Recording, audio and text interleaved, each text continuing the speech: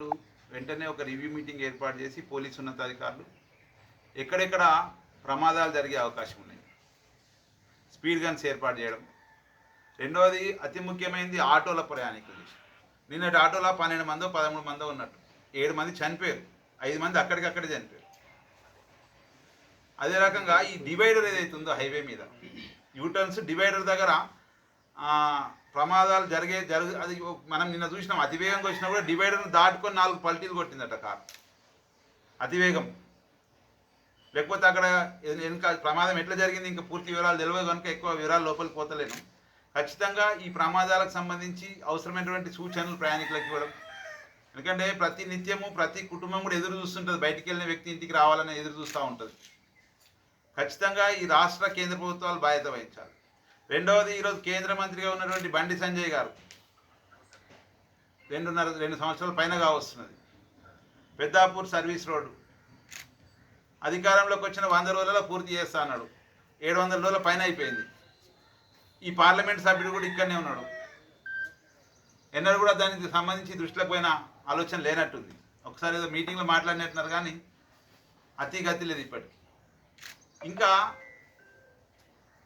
ఈ రోడ్డు ప్రమాదాలతో పాటు ప్రజా సమస్యలు, ప్రధానంగా మన మాజీ శాసనసభ్యులు తూర్పు జయప్రకాష్ రెడ్డి గారు క్యాన్సర్ రోగులు ఉన్నట్టు తెలిస్తే ఎంతో కొంత ఆర్థిక సాయం చేస్తూ ఉన్నాడు, చాలా సంతోషం.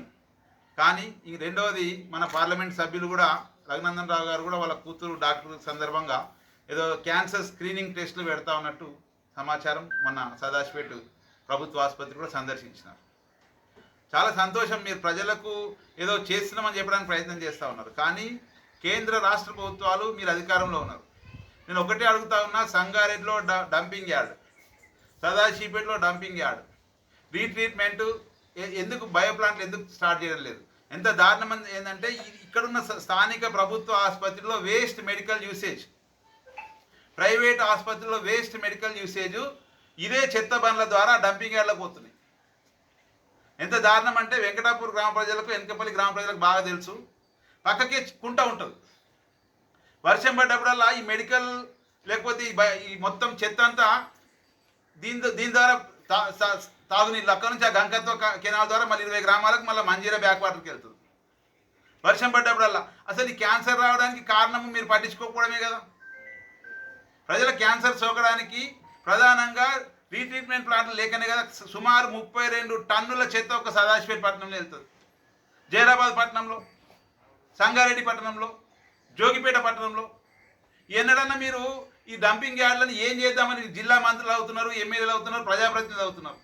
ప్రజా సమస్యల మీద కనీస అవగాహన లేకుండా ఏదో మసిపూసి మారేడుకాయ చేసినట్టు రాజకీయ డ్రామాలు చేయడం తప్ప.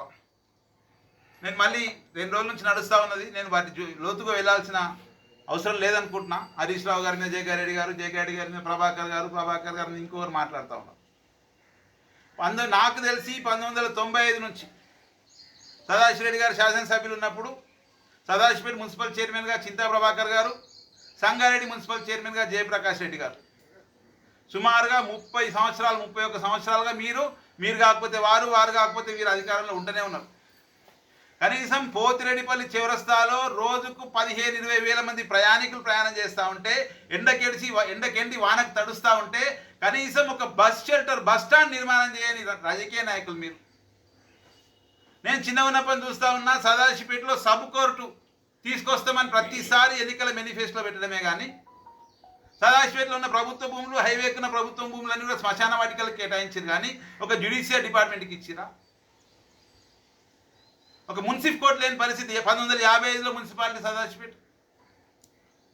చెప్పుకుంటూ పోతే మీరు కేవలం రాజకీయ డ్రామాలు మాత్రమే ఆడుతూ ఉన్నారు. నిజంగా చెప్పుకుంటూ పోతే ఈరోజు నేను అడుగుతా ఉన్నా, రేపు ఎల్లుండో 15వ తారీఖు నాడు గౌరవ ముఖ్యమంత్రి రేవంత్ రెడ్డి గారు సంగారెడ్డి పర్యటన ఉన్నట్టు వార్తల ద్వారా తెలుస్తూ ఉన్నది. స్మార్ట్ రేషన్ కార్డులు ఇక్కడ నుంచే ప్రారంభిస్తారని వింటున్నాం. ఈ సందర్భంగా ముఖ్యమంత్రి గారిని మేము డిమాండ్ చేస్తూ ఉన్నాం తెలంగాణ రక్షణ సేన తరఫున. అయ్యా ముఖ్యమంత్రి గారు, మా హక్కు, ఇక్కడ సింగూరు జలాలు మా హక్కు. ఇక్కడ గడిచిన సంవత్సరాల కొద్దీ కాలువలతో మీరు ఇప్పటికి నీళ్లు వారిన సందర్భం లేదు. వర్షాకాలంలో ఎక్కువ వస్తే వారిందేమో కానీ సింగూరు జలాలు వారిన సందర్భం లేదు. వాటికి సిమెంట్ కెనాల్ అన్నారు. కానీ ఇప్పుడు ప్రత్యేకించి మీకు అడుగుతున్నటువంటి ప్రశ్న ఏంటంటే శంకర్పల్లి మోకిల పట్టణాల ప్రాంతంలో తాగునీటి కొరత ఎక్కున్నది. ఇప్పుడు సింగూరు జలాలను గతంలో సింగూరు జలాలను మెదక్ జిల్లాకు దక్కకుండా జైరాబాద్ ప్రాంతం, సదాశివపేట ప్రాంతం, సంగారెడ్డి ప్రాంతానికి దక్కకుండా తాగునీటి పేరు మీద మంజీరా మెట్రో వాటర్ వర్క్స్ పేరు మీద హైదరాబాద్ తరలించారు. అప్పుడు మా గొంతులు మూగపోయినాయి. ఈరోజు సాగునీటికి ఇస్తామని చెప్పి కూడా ఈరోజు మళ్ళీ ఏదైతే విల్లాస్ 3 కోట్లకు 4 కోట్లకు 10 కోట్లకు విల్లాలు ఉన్న దగ్గర నీళ్లు తాగడానికి నీళ్ళు లేవని సింగూరు నీళ్లు తరలించే ప్రయత్నం జరగబోతా ఉన్నది. నిన్న వారం నుంచి వార్తలు వస్తూ ఉన్నాయి. నెక్స్ట్ క్యాబినెట్లో ఈ యొక్క రంగారెడ్డి, వికారాబాద్ ప్రాంతాలకు, మోమిన్పేట్ ప్రాంతానికి కూడా ఇక్కడ నుంచి వాటర్ తరలిస్తామని చెప్పేసి మీరు ఇక్కడ బహిరంగ సభ జరుపుతా ఉన్నారు. చెప్పండి, మీకు నిజంగా ఈ సింగూరు జిల్లాలో ఉమ్మడి మెదక్ జిల్లా వాసుల హక్కా కాదా, సంగారెడ్డి జిల్లా వాసుల హక్కా కాదా, లేకపోతే నీళ్ళు అక్రమంగా తరలించుకుంటూ పోతారా?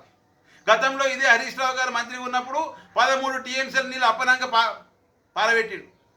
ఈరోజేమో కాంగ్రెస్ ప్రభుత్వం వచ్చినాక ఇంకోవైపు ఈ రకంగా మీరు ఒకరి మీద ఒకరు స్థానికంగా నాయకులు ఆరోపణ చేసుకోవడం తప్ప అసలు జరుగుతున్న పని మీద మీకు దృష్టి లేదు. ఖచ్చితంగా తెలంగాణ రక్షణ సేన డిమాండ్ చేస్తూ ఉన్నది. సంగారెడ్డి ప్రజల తరఫున, సంగారెడ్డి జిల్లా ప్రజల తరఫున ఖచ్చితంగా రాబోయే రోజుల్లో ఉద్యమం చేపడతా ఉన్నాము. ముఖ్యంగా మళ్ళీ డిమాండ్ చేస్తూ ఉన్నా, జిల్లా సమస్యల పట్ల ఏమాత్రం నిర్లక్ష్యం వహించినా మీ రాజకీయ డ్రామాలకు కాలం చెల్లింది. 30-32 సంవత్సరాలుగా మీ రాజకీయ డ్రామాలు చేస్తూనే ఉన్నారు. మీరు కాకపోతే వారు, వారు కాకపోతే వీరు అన్నట్టు. దయచేసి ప్రజలకు మీరు ఏం చేసిరు? ఒకరేమో ఐఐటి తెచ్చినామంటారు. ఐఐటి మీరు తెచ్చిరా? ప్రభుత్వము అప్పుడు హైదరాబాద్ తెలంగాణకు ఒక స్థానం ఇవ్వాలి. నేను తెచ్చినా అని గల్లీ కౌన్సిలర్ అంటున్నాడు, నేను తెచ్చినా అని ఎమ్మెల్యే అంటున్నాడు. ఆ రోజు మీరు ఎక్కడున్నారు? కలెక్టరేట్ కాంప్లెక్స్ 2003లోనే 2004 నాకు గుర్తున్నంత మటుకు చంద్రబాబు నాయుడు గారు శంకుస్థాపన చేసి నిధులు ఇచ్చిపోయారు. అప్పుడు ఆ తెలుగుదేశం పార్టీ రోజుల తెలంగాణ లేకుండా పోయింది. ఎందుకు డాంబికాలు పలుకుతా ఉన్నారు మీరు? 30 సంవత్సరాల నుంచి కాలానుక్రమంగా జరుగుతున్నటువంటి అభివృద్ధి తప్ప కొత్తగా మీరు చేసిన అభివృద్ధి ఏం లేదు. ఇంటింటికి తాగునీరు అన్నారు, మంజీరా నీళ్ళు అన్నారు. మంజీరా నీళ్ళు ఎక్కడ పోతున్నాయి ఈరోజు తెలియదా? కొండాపూర్ మండలంలో ఉన్న బీర్ కంపెనీలకు పోతలేవా? తల్లి వెళ్తలేవా? చర్చకు సిద్ధమా దీని మీద? గోదావరి పాలిమర్స్ కంపెనీ పేరు మీద ప్రాజెక్ట్ ఏది సంస్థ కట్టి మంచి తాగునీటి వాటర్ ఎక్కడ అమ్ముకుంటున్నారు? ఖచ్చితంగా సంగారెడ్డి జిల్లా ప్రజలు అందరూ కూడా గమనిస్తూ ఉన్నారు. ఇక్కడికి 300 ఎకరాలు ఖాళీ ఉంటే జగ్గారెడ్డి గారికి అడుగుతా ఉన్నా, మీరు వచ్చి అధికారంలోకి వచ్చి మళ్ళీ 2.5 సంవత్సరాలు అయింది. ఇంటి పట్టాలు మున్సిపల్ ఎన్నికల సందర్భంలో చెప్పారు 6 నెలల్లో పట్టాలు ఇస్తా అన్నారు. ఫిబ్రవరిలో మున్సిపల్ ఎన్నికలు అయినాయి. ఇది ఆగస్ట్, సెప్టెంబర్. అక్కడనేమో అలియాబాద్ భూములేమో కంపెనీల పరమవుతున్నాయి. ఈ సీతాపూర్ భూములు ఏ పరమవుతుందో తెలియని పరిస్థితి. దయచేసి నేను మళ్ళీ మీ చిత్తశుద్ధిని ప్రజలు శంకించక ముందే, ప్రభాకర్ గారు కానీ జగ్గారెడ్డి గారు కానీ మీ చిత్తశుద్ధిని ప్రజలు శంకించక ముందే, మీరు 30 ఏళ్ళుగా అధికారంలో ఉంటున్నారు, ప్రజలకు ఏమన్నా చేసి ఆలోచన చేయండి, రాజకీయ డ్రామాలు మారండి అని చెప్పేసి తెలంగాణ రక్షణ సేన డిమాండ్ చేస్తూ ఉన్నది. రానున్న ఖచ్చితంగా ప్రజల సమస్యల గొంతుకై మేము ఉంటామని చెప్పేసి తెలియజేసుకుంటున్నాను. జై తెలంగాణ.